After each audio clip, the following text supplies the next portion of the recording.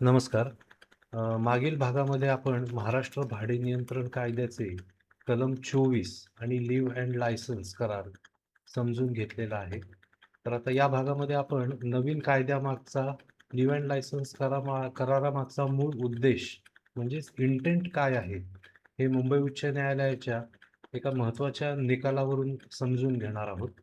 निकाल मुंबई उच्च न्यायालयाचा मिस्टर चिमणलाल शहा वर्सेस फातिमा अब्दुल जब्बार सय्यद.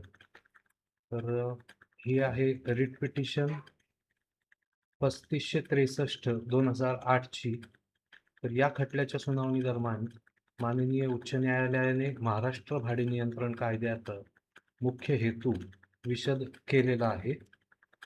तर हे जजमेंट इथे ओपन केलेलं आहे मी, चिमणलाल शहा, आणि या जजमेंटच्या पान नंबर 14 वर सदर परिच्छेद आपल्याला दिसून येतो, इंटेंट ऑफ न्यू ऍक्ट, आणि संबंधित पोर्शन इथे आपण बघू शकतो. हा वाचून घेता येईल आपल्याला नंतर.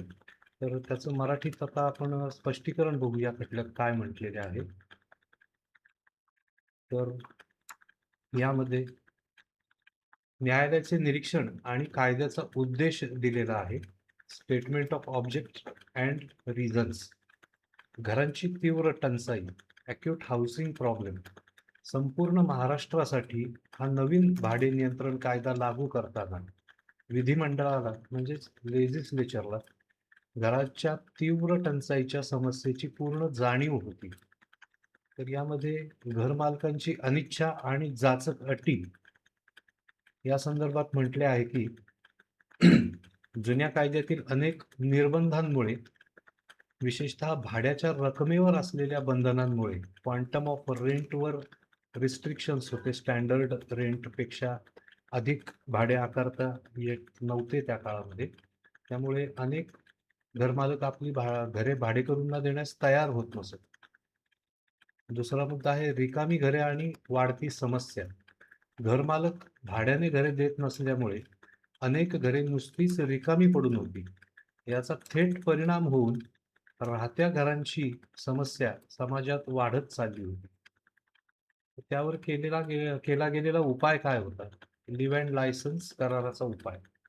या समस्येवर तोडगा काढण्यासाठी विधिमंडळाने लिव्ह अँड लायसन्सची संकल्पना या कायद्यात चालू ठेवण्याचा निर्णय घेतला.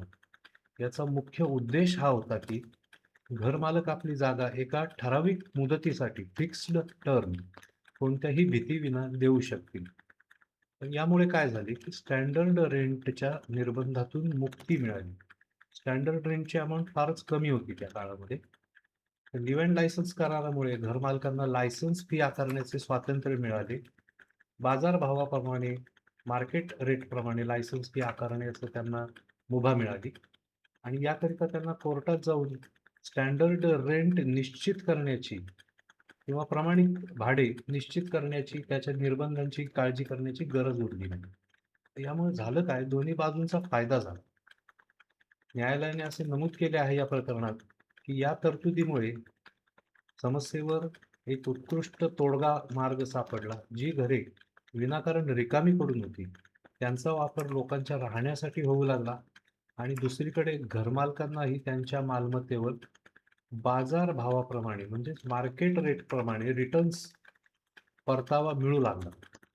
या निकालावरून स्पष्ट होते की कलम 24 भाडे नियंत्रण कायद्याचे आणि लिव्ह अँड लायसन्स करार हा घरमालकांच्या मालमत्तेचे रक्षण करण्याकरिता आणि त्यांना कायदेशीर संरक्षण देण्याकरिता बनवण्यात आलेला आहे. पुढील भागामध्ये आपण अशाच एका दुसऱ्या निकालाच्या तपशिलाची माहिती घेणार आहोत. या जजमेंटची, या निकालाची लिंक व्हिडिओच्या डिस्क्रिप्शनमध्ये दिलेली आहे. तिथून आपण ते डाउनलोड करून घेऊ शकतो. धन्यवाद.